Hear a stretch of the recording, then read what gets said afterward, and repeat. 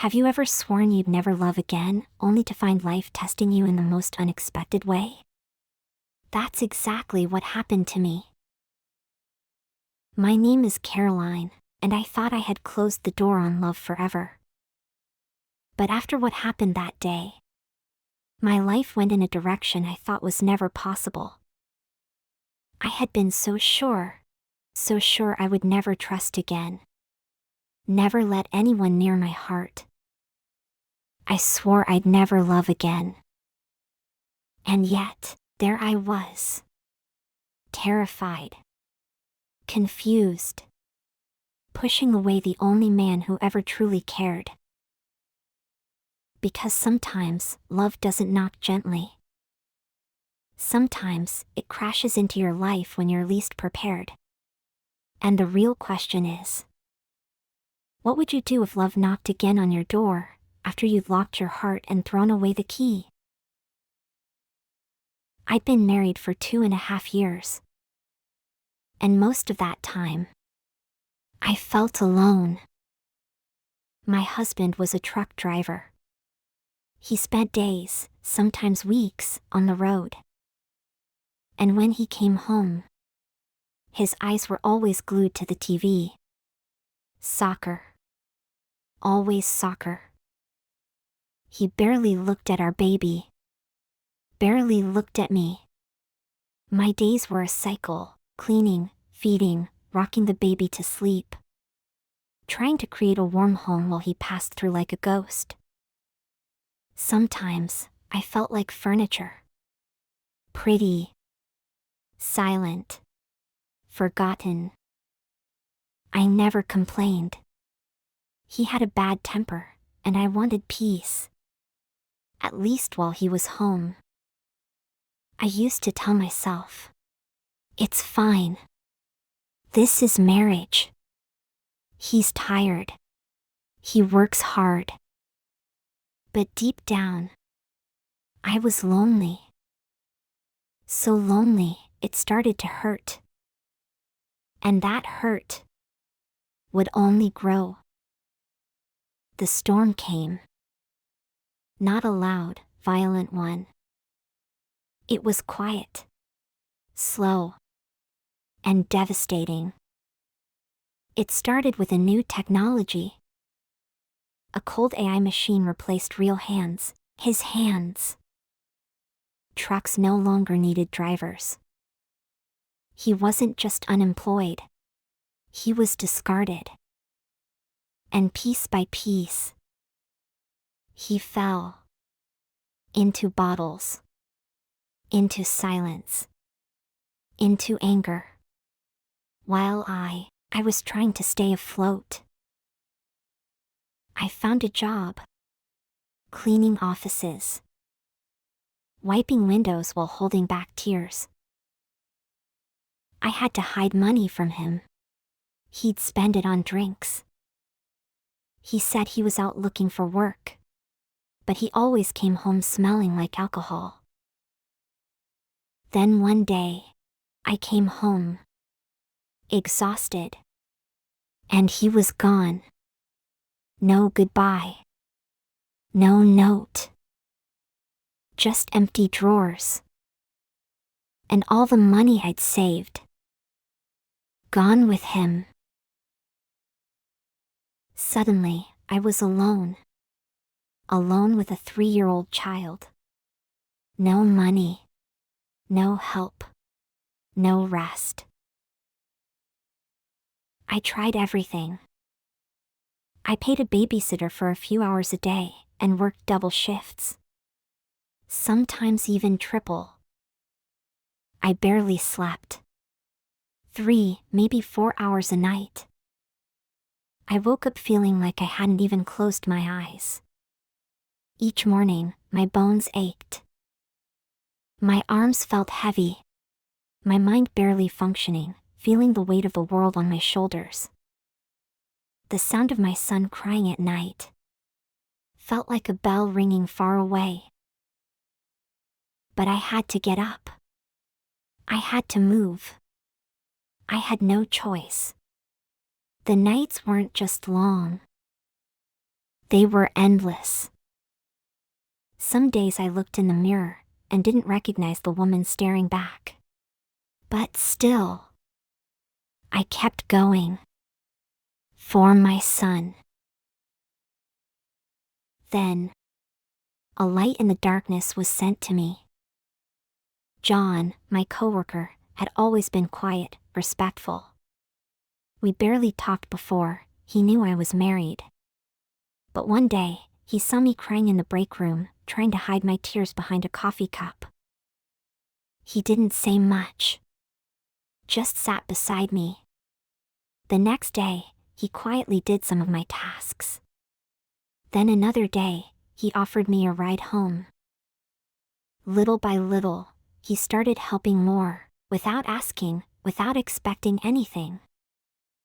He'd carry my heavy bags. He stayed late to clean the office when I couldn't. He even took my son to tutoring one time when the babysitter canceled last minute. One night, I came home completely exhausted, expecting the usual chaos. But everything was quiet.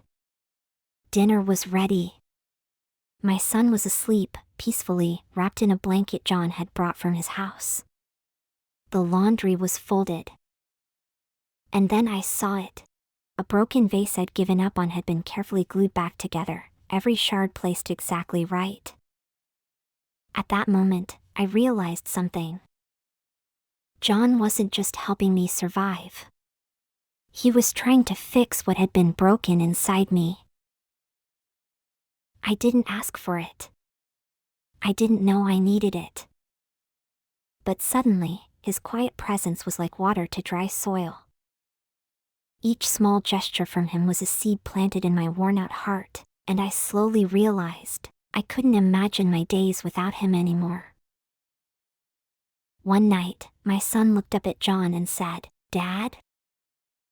We both froze. John smiled awkwardly. I laughed nervously and changed the subject. But deep down, I knew it was true. John had become more than just a friend. That night, we stayed late cleaning the house after taking my son to a birthday party. We laughed. We shared stories. He was folding some laundry. And then, he kissed me. And I kissed him back. For a moment, I wanted to fall. But I couldn't. I pulled away. The door was open behind us, and I asked him, softly but firmly, to leave, even though deep down, I wished he would stay. He stood there, hurt, silent. Then he left. My heart. It was like that house. It looked okay from the outside. But inside? So many locked drawers. So many forgotten boxes full of pain. And when I pushed John away, I wasn't just pushing a man out the door. I was keeping those drawers shut. I was scared of what I'd find inside. I avoided John for days. At work, I kept my head down. I made stupid mistakes. I couldn't sleep. I couldn't breathe. I was having anxiety attacks and didn't even know why. That's when I found you, Isabel. You told me something I'll never forget. Caroline, you're not broken. You're just scared. You've been carrying so much pain for so long. But let me tell you something, pain doesn't mean you're weak. It means you still care. And maybe, just maybe, that's where your healing begins. There are many types of love, but only one is true, the one that's willing to sacrifice itself for you. No matter what happens, That night with John, when I closed the door behind him, I didn't close it all the way. I left it open. Just a little. Because I was afraid to shut it completely. But too afraid to open it enough to let someone else in, too. You showed me that real love doesn't knock with feelings and fancy gifts. It knocks with actions. With sacrifices. And John? He had loved me first.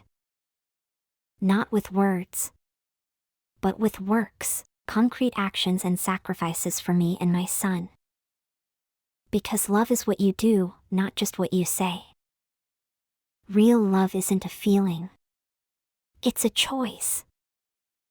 A decision to stay. To give. To protect. And to remain faithful until the end, no matter what. And to love again, I had to choose to fully open that door, risking the pain. But finally letting the light come in. Finally, I understood. Love wasn't excitement or butterflies. It was a choice. A commitment. A daily decision to give, even when it hurts. The day I said yes to John felt like opening every window in a house that had been closed up for years. Light came in. Air came in. And with it, peace, hope, and a new beginning. Today, we are married in the church, just like it should be. We've built a life together, real, strong, and steady. I've learned that true love is exactly that, opening yourself completely to someone, letting them in to help reorganize all the broken pieces you thought were lost forever. Years later, something unexpected happened. My son found his biological father, living on the streets. It was John, the man I once pushed away, who looked at me and said, "Let's help him." That moment, it shook me. He wasn't just my husband. He was showing me the meaning of true love again. Not a fleeting feeling, but a constant decision to rebuild, to redeem, even those who once hurt you. We went to him and offered him dignity, clothes, food, and a second chance. And in doing that, I felt something healing inside of me.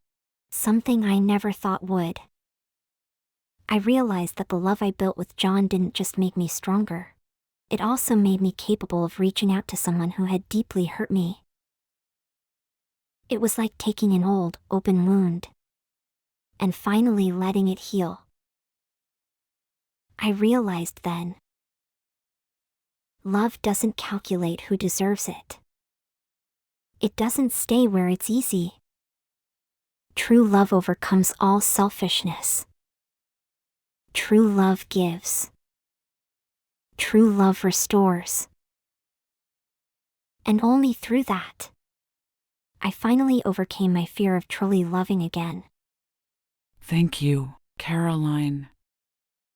I'm so proud that you managed to find meaning in your life. You learned that love is not a feeling, but a choice and a commitment. You understood that in the hardest and most beautiful way possible. And now, I want to ask you, watching this now, what would you have done if your husband had abandoned you without money? Would you have risked opening your heart to someone else again? Or would you have locked your emotions away forever? Share your thoughts in the comments. This was the story of one of my patients at the end of her treatment. Her name was changed, and the details were adapted with her permission. I will keep posting these stories from my psychological practice to help you learn English and reflect on life, because I believe these are not just stories. They are stories that heal, teach, and transform. And your story matters too. If you want, share it in the comments and I'll be here, reading and responding, with insights from the heart and from my years as a therapist. If this story touched you, share it with a friend who might need to hear this. Please like, subscribe, activate the notification bell so you don't miss new stories. And I'll see you in the next video.